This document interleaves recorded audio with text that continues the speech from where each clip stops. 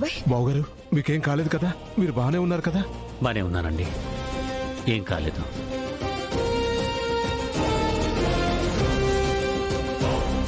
సమయానికి కేదార్, జగదాత్రి ఇద్దరు వచ్చారు కాబట్టి సరిపోయింది. లేదంటే ఆ దుర్మార్గుడు నన్ను తీసుకెళ్ళిపోయేవాడు. నాన్న, మిమ్మల్ని కిడ్నాప్ చేయాలని చూసింది ఎవరు? మీనన్. మీననా?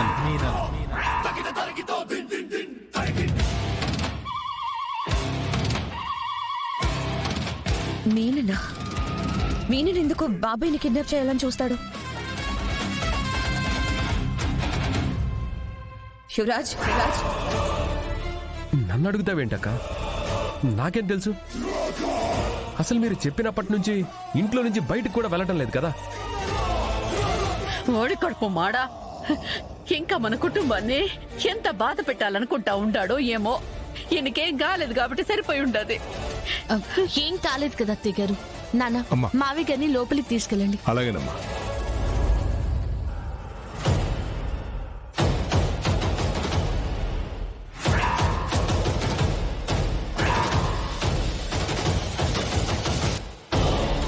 ఏం ఆలోచిస్తున్నావు దాత్రి? మీనన్ ప్లాన్ ఫెయిల్ అయినందుకు మీనన్ ఆవేశంగా వెళ్ళాలి కానీ నవ్వుతూ ఎందుకు వెళ్ళాడో నాకు అర్థం కావట్లేదు కదా. ఖచ్చితంగా మీనన్ తను అనుకున్నది జరిగిందన్న ఆనందంతోనే ఇక్కడి నుంచి వెళ్ళాడు.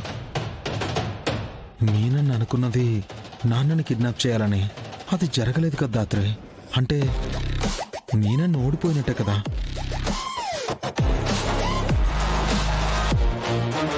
మీనన్ అనుకున్నది అది కాకపోతే తన అసలైన ప్లాన్ వేరే ఉంటే? ఏం మాట్లాడుతున్నావు దాత్రి? మీనన్ మనమున్న ఈ హాస్పిటల్కి ఏం చేయడానికి వచ్చుంటాడు? నాకు కూడా అదే అర్థం కావట్లేదు.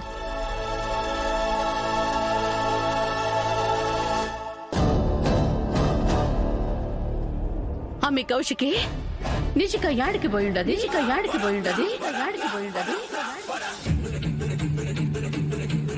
యువరాజ్, నిష్క ఇక్కడ? ఏమో తెలీదక్క. నాన్నని వెతకడానికి వెళ్ళింది. ఆ తర్వాత నేను తనని చూడలేదు. యాడికి పోయిండదురా?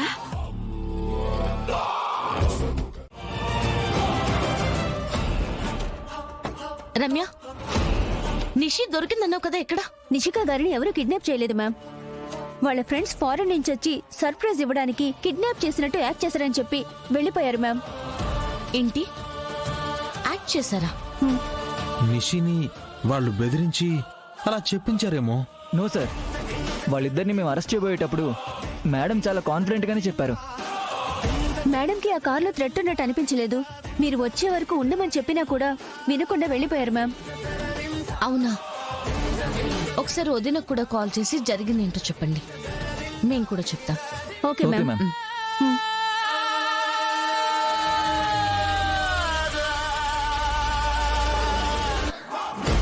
నిషిని నిజంగా ఎవరో కిడ్నాప్ చేసినట్టే అరిచింది కదా దాత్రి. జగదాత్రి! అవును కేదార్. దానికి వేరే లెక్కుంది లేరా దేవా. బాబాయ్, టాబ్లెట్ వేసుకోండి.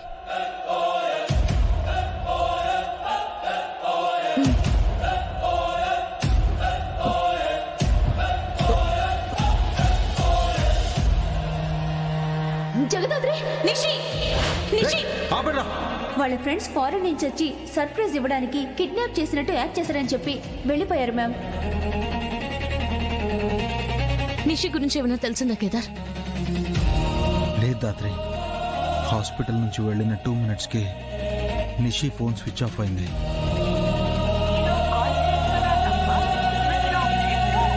నిషి కనిపించకుండా పోయి 4 hours అవుతుంది.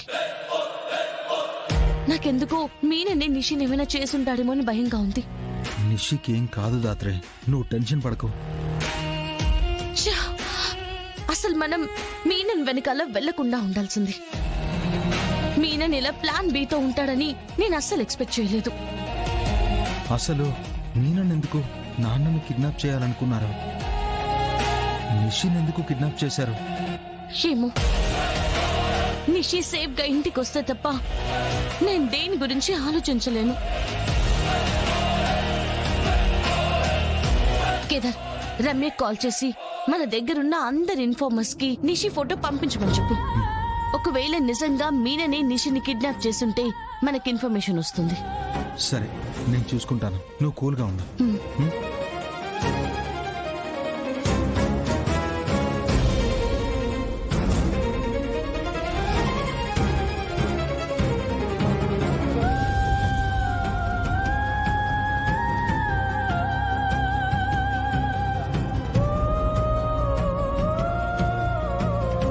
మావయ్య గారు, రూమ్ లోకి వెళ్ళి రెస్ట్ తీసుకోండి.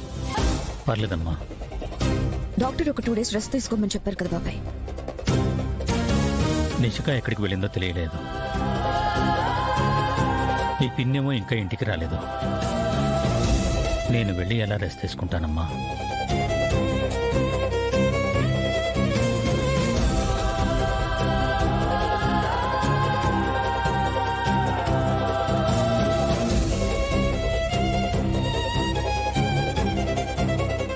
వదినా, అమ్మ నిషిక వదినా ఎక్కడున్నారో తెలిసిందా?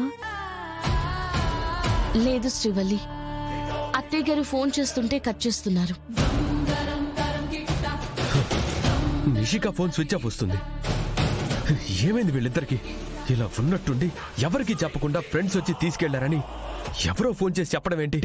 అసలు ఏం జరుగుతుందో ఏమీ అర్థం కావడం.